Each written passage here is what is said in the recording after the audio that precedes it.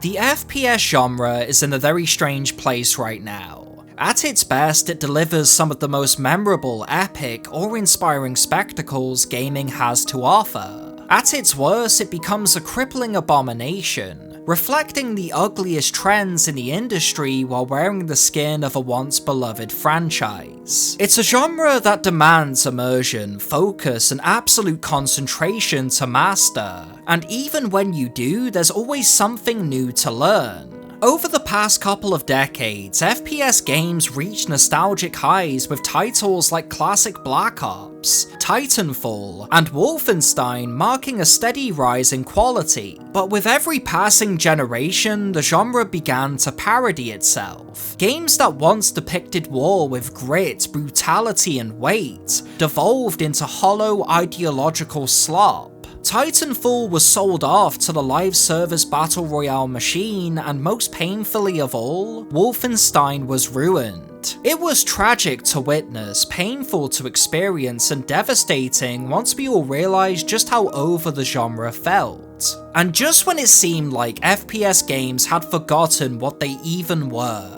one game refused to compromise. From the ashes of scorched franchises rose a steel-bladed sword of vengeance.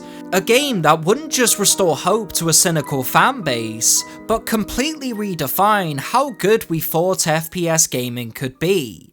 When Doom Eternal released, it felt like something the genre had never experienced before. This wasn't a game designed to simply be played, it was designed to be mastered.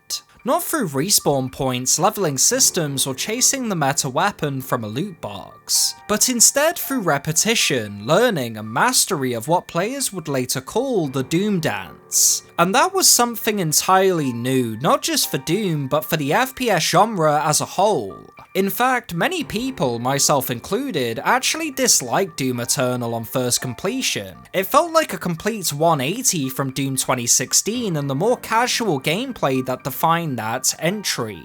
Doom Eternal demands mastery of all of its mechanics if you want to experience the power fantasy you came for. There's no hand-holding, no cherry-picking playstyles, and absolutely no cheesing the systems. If you want to learn, you have to embrace every single one of the Slayer's tools. A risky decision, especially considering how accessible Doom 2016 was. And this was only the beginning, because Doom Eternal didn't just change how we viewed the FPS genre, it changed how we play first-person shooters. By completely dismantling the idea of weapon scaling and meta loadouts, Doom Eternal teaches you that every tool at your disposal isn't just useful, it's essential. This is the only FPS game I've ever played where I can confidently say that every single weapon has a clear purpose and identity. Thanks to enemy weak points, flexible mechanics, and constant weapon swapping, Doom Eternal allows the player to be expressive and strategic in how they clear an arena. All 9 primary weapons combined with the Slayer's absurdly cool equipment gives you an insane amount of freedom. And things only get crazier in the DLCs, but that's a video for another day. The reason Doom Eternal is still heavily replayed and beloved over 5 years later isn't out of obligation. Players want to get better. And part of why the game feels so focused and confident is because it refuses to dilute itself chasing trends. There's no live service grind, no esports balancing, and no multiplayer siphoning resources from the core experience. Everything exists in service of the campaign. And that singular focus is why the gameplay feels so polished and refined. Doom Eternal is a hard game, hell, it's even brutal at times, but it never feels unfair. It's intentionally designed to take all of your prior FPS experience and throw it out of the window in favor of something more rewarding. And the reason it never feels cheap is because it's brutally honest with the player. There's no artificial difficulty, no rubber banding, and no enemies breaking the rules. Every attack is readable, every mistake is yours, and every death teaches you exactly what went wrong. Whether that's poor positioning, bad prioritization, or lost momentum. Doom Eternal doesn't fake challenge. It respects the player enough to be honest, and that's why its difficulty feels fair instead of frustrating. This can make the opening hours feel punishing, hell, even obnoxious, because it feels like the power fantasy is being withheld. But as Hugo Martin put it perfectly, the power fantasy earned will always be more rewarding than the power fantasy that is given. The game doesn't alienate playstyles, it demands respect and patience, and because of that philosophy, the moment-to-moment chaos hooks you in deeper with every subsequent playthrough. But the craziest thing about Doom Eternal is that the gameplay is only scratching the surface. The world of Doom Eternal is one of the coolest and most underrated universes I've ever seen, not just in FPS games, but in fiction. Every level is packed with insane art direction, architecture, and atmosphere. Every character has a story supported by an absurd amount of lore. And nowhere is Doom Eternal's design philosophy more obvious than the doomslayer himself, because he isn't written like a character, he's designed like a system. He isn't powerful because the game tells you he is, he's powerful because the mechanics demand discipline, confidence, and control. His silence isn't a lack of personality, it's a reflection of the player's mastery. The game doesn't hand you a power fantasy through dialogue or spectacle, it forces you to earn it through momentum, aggression, and decision making. You don't play as the Doomslayer, you become him. That's why Doom Eternal works narratively, because it never once forces you to engage with the story. Most of the lore lives in codex entries and data logs. If you don't care about who the Khan Maker is or why the Icon of Sin is destroying Earth, it doesn't really matter because the game still functions perfectly.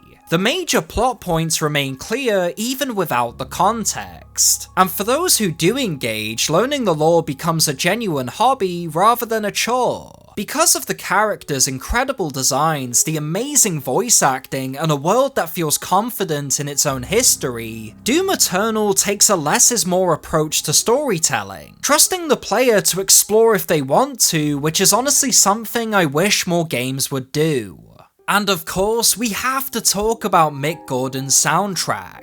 To this day, Doom Eternal has my favourite soundtrack of any game or movie I've experienced. It's expertly composed and adds more to the experience than most people realise. The music isn't just there to hype you up, it establishes tone, reinforces themes, and syncs perfectly with the gameplay. Tracks like The Only Thing They Fear Is You, Meat Hook, and Cultist Base are built to push aggression and momentum, while ambient tracks do the opposite, revealing a world that's corrupted, godless, and consumed by demonic and angelic forces. What makes Doom Eternal's soundtrack truly special is that it isn't just layered on top of the gameplay, it's built directly into it.